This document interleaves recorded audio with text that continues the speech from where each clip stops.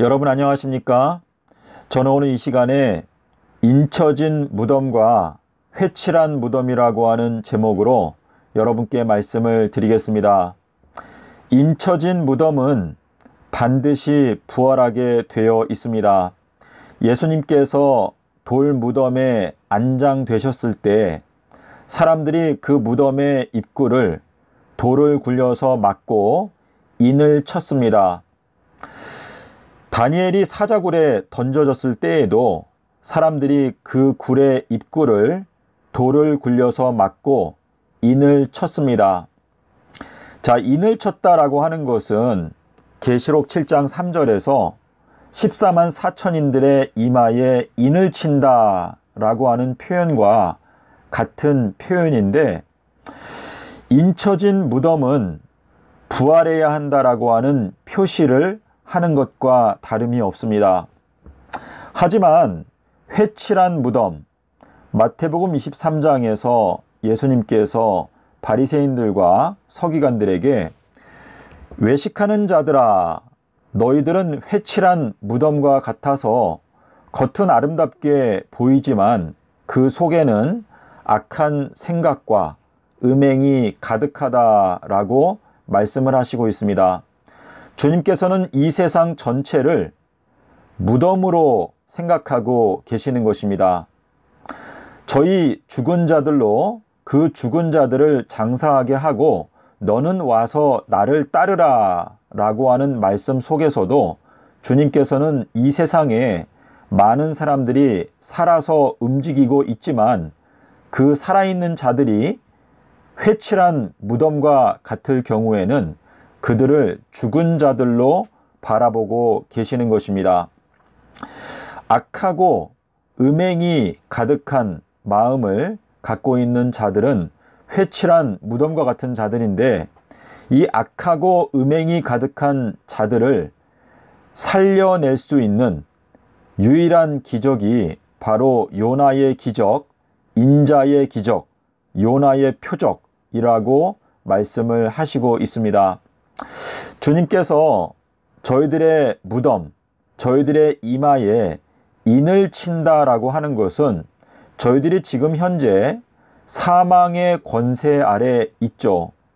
히브리서 2장 14절에 보시면 사망으로 말미암아 권세 잡은 자 마귀를 없이 하신다라고 말하고 있는데, 이 사망의 권세를 깨뜨리신 분이 바로 예수님이죠.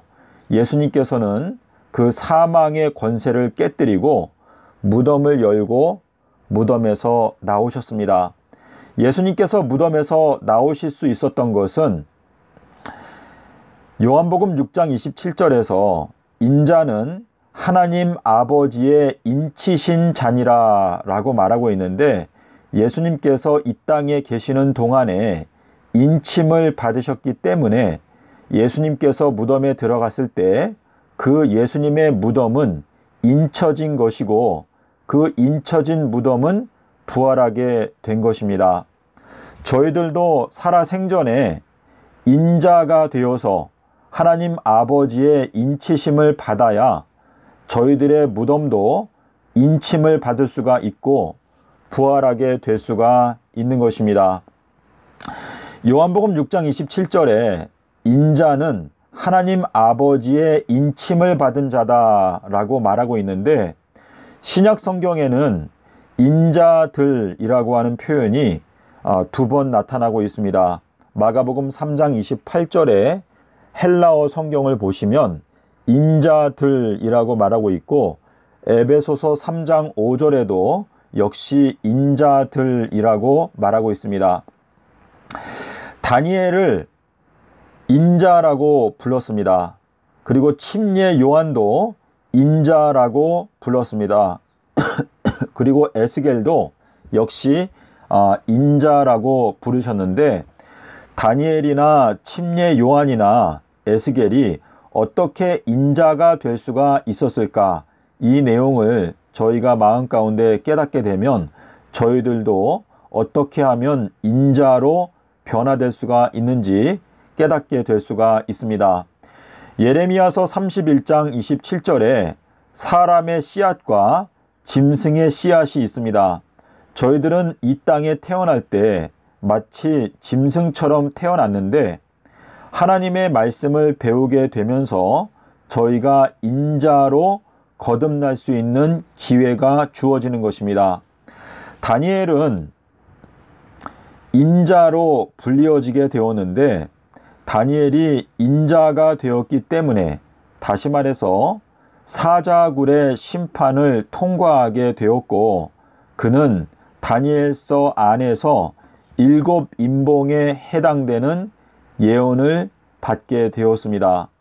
자, 침례 요한의 경우에도 예수님의 친구로 설명되어져 있는데 요한복음 15장 15절에서 말한 대로 하나님 아버지께서 예수님께 말씀하신 모든 것들을 다 남김없이 깨닫게 되는 사람이 바로 친구라고 말하고 있습니다. 야고보서 2장 23절에 아브라함도 하나님의 친구라고 소개되어져 있고 창세기 18장 17절에서 소돔과 고모라 성을 멸망시키고자 하는 나의 계획을 아브라함에게 숨기겠느냐라고 말씀하시면서 아브라함에게 그 비밀을 알려주셨습니다. 자, 에스겔의 경우에는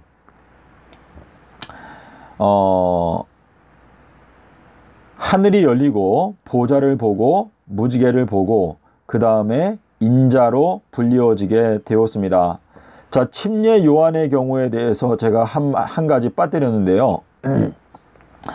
마가복음 9장 12절과 13절에 보시면 인자에 대하여 기록하기를 많은 고난과 멸시를 받게 될 것이다 라고 기록되어져 있는데 그 인자에 대하여 기록된 그대로 사람들이 엘리야를 대우하였다 라고 말씀하시면서 침례 요한은 인자라고 하는 것을 예수님께서 직접 발표하신 것입니다.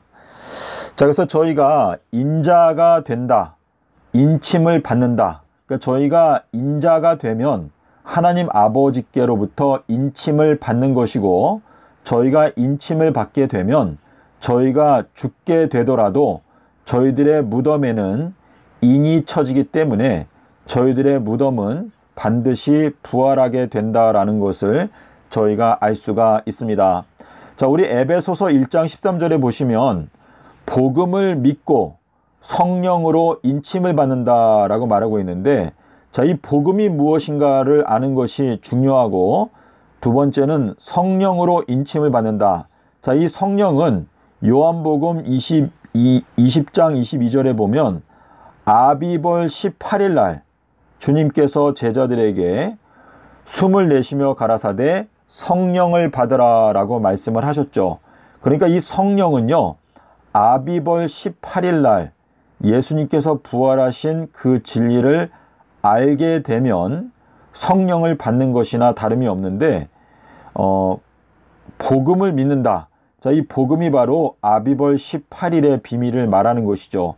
그러니까 아비벌 18일 날 부활하신 진리를 믿는 것이 복음인데 그 복음을 믿게 되면 아비벌 18일 날 부활하신 그 진리를 깨닫게 되면서 저희들은 인침을 받게 된다. 자, 우리 고린도전서 15장 1절부터 4절에 있는 말씀을 보면 복음이라고 하는 것은 예수님께서 제3일에 부활하신 것이 복음인데 이 복음 외에는 다른 복음이 존재하지 않는다. 다른 복음을 전파하는 자는 저주를 받게 된다라고 사도 바울이 경고하고 있습니다. 예수님의 12 제자들이 성령을 받기 전에는 제3일을 전혀 깨닫지 못했다가 성령을 받은 후에는 제3일을 깨달을 수 있게 되었습니다. 자, 7 인봉. 7 인봉이 다니엘서에 나오죠. 자, 7 인봉을 저희가 이제 깨닫게 되면 구원에 들어갈 수가 있다라는 것을 이제 계시록 5장이 말하고 있는데 다니엘서 안에 있는 7 인봉을 깨달으려면 반드시 무덤의 인봉, 이 삼낮 삼밤 땅속에서 인자의 징조를 깨닫고 알아야 합니다. 예수님께서 저희들에게 인자의 징조, 자, 세상 끝이 오게 되면 더 이상 알곡과 가라지가 함께 자라나도록 방치할 수가 없기 때문에 주님께서 인자의 징조를 보내신다. 누가복음 2장 33절에서 예수님께서는 태어나실 때부터 비방받는 징조로 태어나셨는데, 예수님께서는 많은 사람들이 멸망을 당하거나 또는 구원을 받거나 하는 징조가 되신다.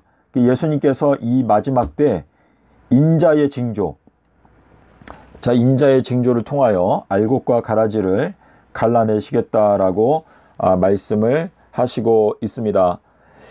이 인자의 징조는 복음인데요. 로마서 16장 25절에 보시면 이 복음은 영세 전부터 숨겨져 있었다가 이제 계시된 것이다 라고 말하고 있는데, 이 인자의 징조, 인자가 삼낮삼밤을 땅속에서 지내리라, 이것은 영세 전부터 숨겨져 있었던 복음을 말하는 것이고, 예수님께서 제3일에 부활하시는 이 비밀을 알기 위해서는 반드시 민수기 19장 12절의 말씀과 그리고 마태복음 12장 40절의 말씀을 여러분께서 꼭 깨닫고 아셔야 합니다. 주님께서 저희들에게 너희들이 지금 현재 회칠한 무덤과 같은 존재들인데, 이 회칠한 무덤이 인침을 받게 되는 무덤으로 변화되기 위해서는 딱 한 가지 비결이 있는데, 그것이 바로 인자의 징조, 요나의 징조, 인자가 삼낮삼밤 땅속에서 지내리라 라고 하는 말씀이라고 저희들에게 이제 설명을 하고 계시는 것입니다. 그래서 여러분 화면에 보시면 이 외식하는 자는 회칠한 무덤과 같은데, 이 외식하는 이 회칠한 무덤과 같은 우리들에게 너희들은 왜 요나의 표적을 분별하지 못하느냐라고 말씀하시면서, 외식을 제거하기 위해서는 반드시 요나의 표적을 깨닫고 알아야 한다라고 말씀하시고 있습니다. 여러분, 제가 오늘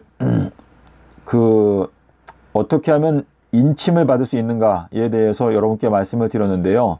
이 하나님의 인은 예수님의 십자가 사건을 말하는 것입니다. 지금 캄캄한 밤이었다가 이 온 우주가 낮으로 바뀌는 사건, 밤에서 낮으로 바뀌는 사건이 십자가 사건인데, 이 십자가 사건은 사람이 친구를 위하여 목숨을 버리면 그것보다 더 큰 사랑이 없다. 그러니까 이 십자가 사건을 통해서 하나님의 가장 완전한 사랑이 드러났다.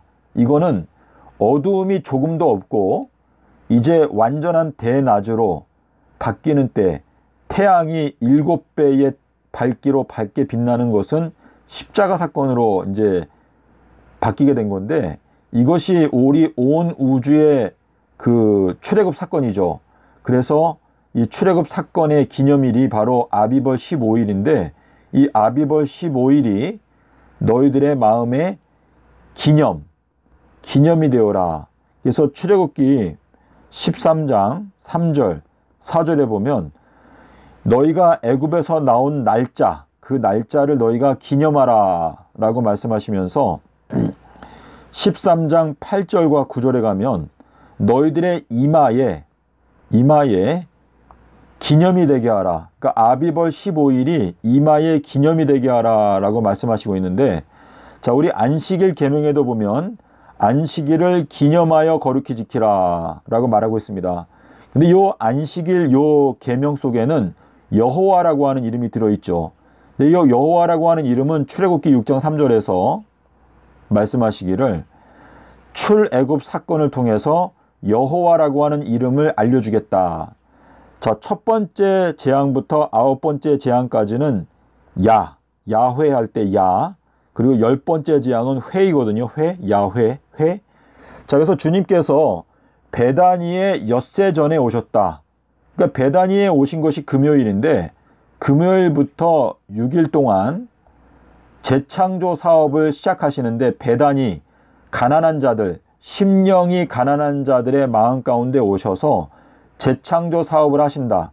그러니까 아담과 하와가 범죄한 때부터 6천년의 세월 동안에 주님께서 재창조 사업을 하신다라고 하는 의미가 거기에 들어있고, 또 그와 동시에 주님께서 금요일부터 수요일까지 6일 동안에 재창조 사업을 하시고 수요일 날 다 이루었다라고 말씀을 하시고, 그 다음 날 아비벌 15일 날 제7일 큰 날, 이 큰 안식일에 주님께서 저희들을 출애굽 시켜주신 것이죠.